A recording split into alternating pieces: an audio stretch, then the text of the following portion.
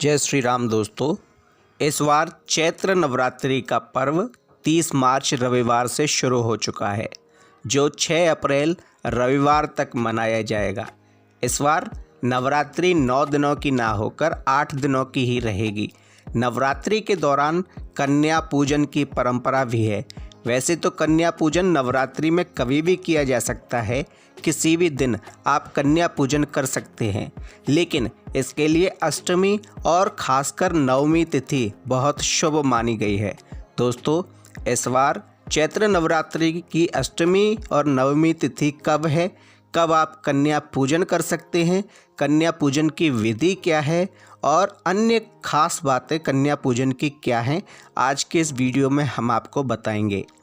Hello दोस्तों, मैं DRX Santosh Singh अपने YouTube चैनल पर आप सभी लोगों का स्वागत करता हूं। दोस्तों, नवरात्रि में कन्या पूजन के लिए अष्टमी और नवमी तिथि बहुत ज़्यादा शुभ मानी गई है। इस बार चैत्र नवरात्रि की अष्टमी तिथि 5 अप्रैल दिन शनिवार को रहेगी और नवमी तिथि 6 अप्रैल दिन रविवार को रहेगी। इन दोनों ही दिन कन्या पूजन करना बहुत श्रेष्ठ रहेगा। परंतु दोस्तों, बहुत से लोग ऐसे होते हैं जो कि रविवार को कन्या पूजन नहीं करते हैं।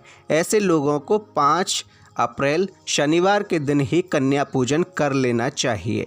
दोस्तों, कन्या पूजन की विधि बहुत ही सरल और बहुत ही सात्विक है। आप इस विधि से अगर कन्या पूजन करते हैं तो निश्चित रूप से आप आसानी से कन्या पूजन करके माता दुर्गा को प्रसन्न कर सकते हैं। दोस्तों, नवरात्रि की जिस भी तिथि को आपको कन्या पूजन करना हो, जिस भी तिथि को आपके घर में कन्या पूजन होता हो, अष्टमी को होता है तो अष्टमी को और नवमी को होता है तो नवमी को, इस दिन पर आप कन्या पूजन करना चाहते हैं, उसके लिए एक दिन पहले आप कन्याओं के घर जाएं और सम्मान सहित मन में यह भाव लेकर कि आप कन्याओं को नहीं अपितु माता दुर्गा के सम्मुख खड़े होकर उन्हें भोजन का निमंत्रण दे रहे हो। इस प्रकार से आपको सम्मान पूर्वक उन्हें एक दिन पहले ही भोजन का निमंत्रण देना है। जब अगले दिन कन्याएं आएँ तो कन्याएं जब घर आए तो उनके बैठने के लिए आप उनकी जगह को साफ करके और उनके बैठने की उचित व्यवस्था करें।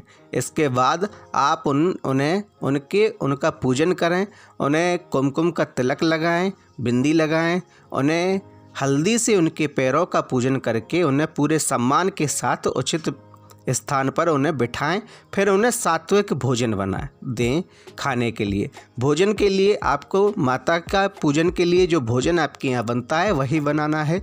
बहुत से लोगों के यहाँ चने और हलवा बनता है, बहुत से लोगों के यहाँ खीर बनती है, तो जो आपके यहाँ बनता है वही आपको भोजन माता को भोग में लगाना है। इससे माता विशेष रूप से प्रसन्न होती है, क्योंकि उन्हें ये चीज़ें विशेष रूप से प्रिय होती हैं।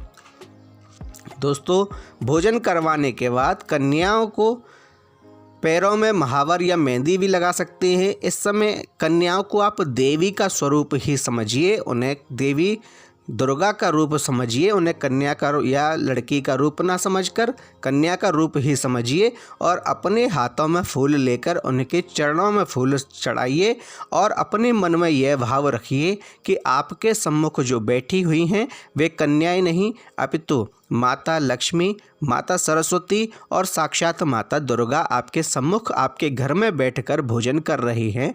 और उनसे यही विनती करें कि आपकी सभी संकट, आपकी परेशानियों को वे नाश कर दें और फिर उनका पूजन करें। ये फूल आप कन्याओं के चरणों में चढ़ा दीजिए। इसके बाद आप अपनी इच्छा के अनुसार कन्याओं को उपहार दे सकते हैं, वस्त्र दीजिए या कोई अन्य उपहार देना चाहते हैं वह दीजिए और उन्हें दक्षिणा अवश्य दीजिए। दोस्तों, बिना दक्षिणा के भोग पूर्ण नहीं होता है। साथ ही अगर आप कन्याओं को वस्त्र दे रहे हैं तो वे वस्त्र काले रंग के नहीं होने चाहिए, नीले रंग के नहीं होने चाहिए और साथ ही गहरे भूरे रंग के नहीं होने चाहिए।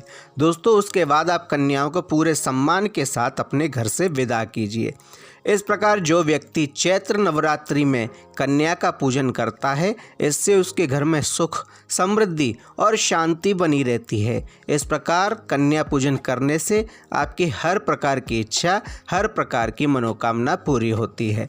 दोस्तों, आपको हमारी जानकारी अच्छी लगे तो हमारे वीडियो को लाइक करें, शेयर करें। कमेंट में जय श्री राम, हर हर महादेव अवश्य लिखें और हमारे चैनल को सब्सक्राइब करें।